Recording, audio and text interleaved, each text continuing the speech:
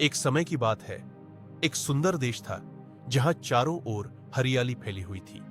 उसी देश में एक घना और विशाल जंगल था जो केवल प्राकृतिक सौंदर्य का प्रतीक ही नहीं बल्कि वहां रहने वाले जानवरों का एकमात्र घर था।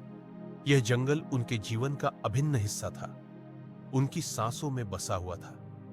इस जंगल में सूरज की पहली किरण जब पत्तों पर पड़ती तो ऐसा लगता जैसे सोने का फर्श बिछ गया हो।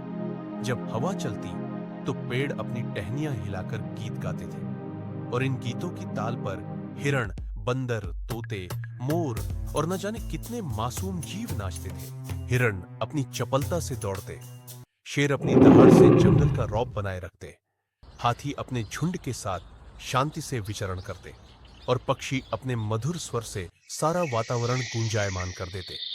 बंदरों की शरारतें और पेड़ों पर गिलहरियों की फुर्ती भी वहां की पहचान थी। सब कुछ एक सुंदर संतुलन में बंधा हुआ था।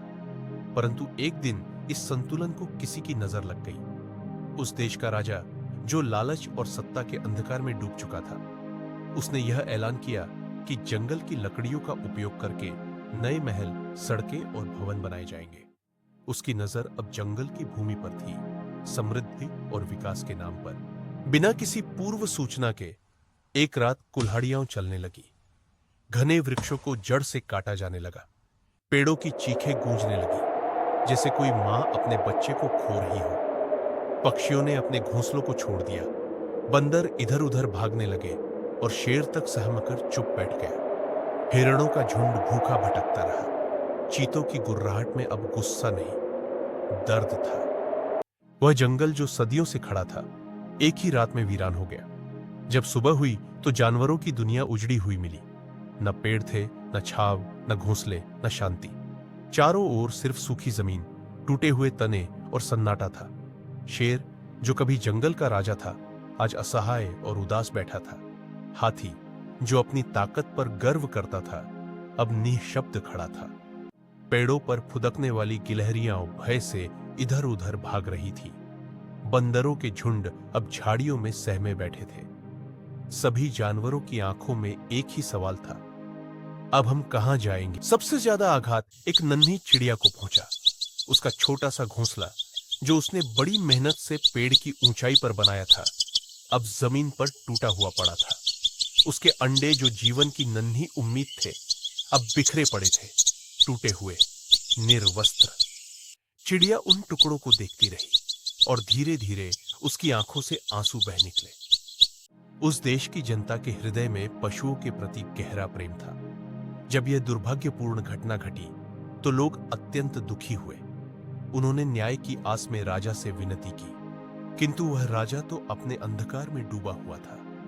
कहां किसी की पुकार सुनने वाला था। उसने उनकी बातें अनसुनी कर दी। लेकिन प्रकृति कब चुप रहने वाली थी?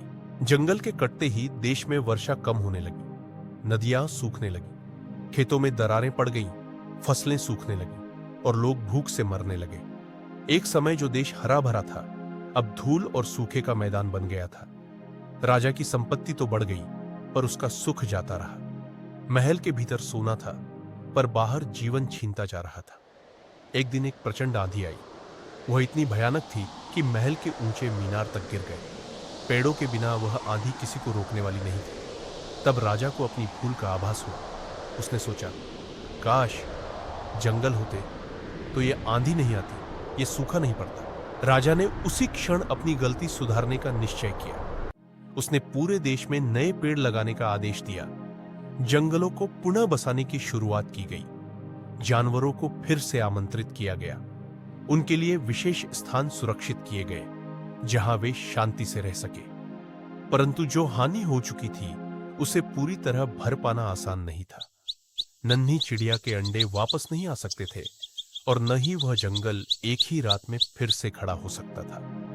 यह कहानी हमें यह सिखाती है कि प्रकृति के बिना मनुष्य की दुनिया अधूरी है।